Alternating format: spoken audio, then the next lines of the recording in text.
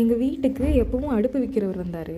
அவர் வந்து பொங்கலுக்கு எப்போவுமே அவங்க வீட்டிலேயே அடுப்பு செஞ்சு அந்த ஊர் சுற்றி எத்தனை ஊர் இருக்கோ எல்லாருக்கும் வந்து அவரே கொண்டு கொடுத்துட்டு வந்துடுவார்.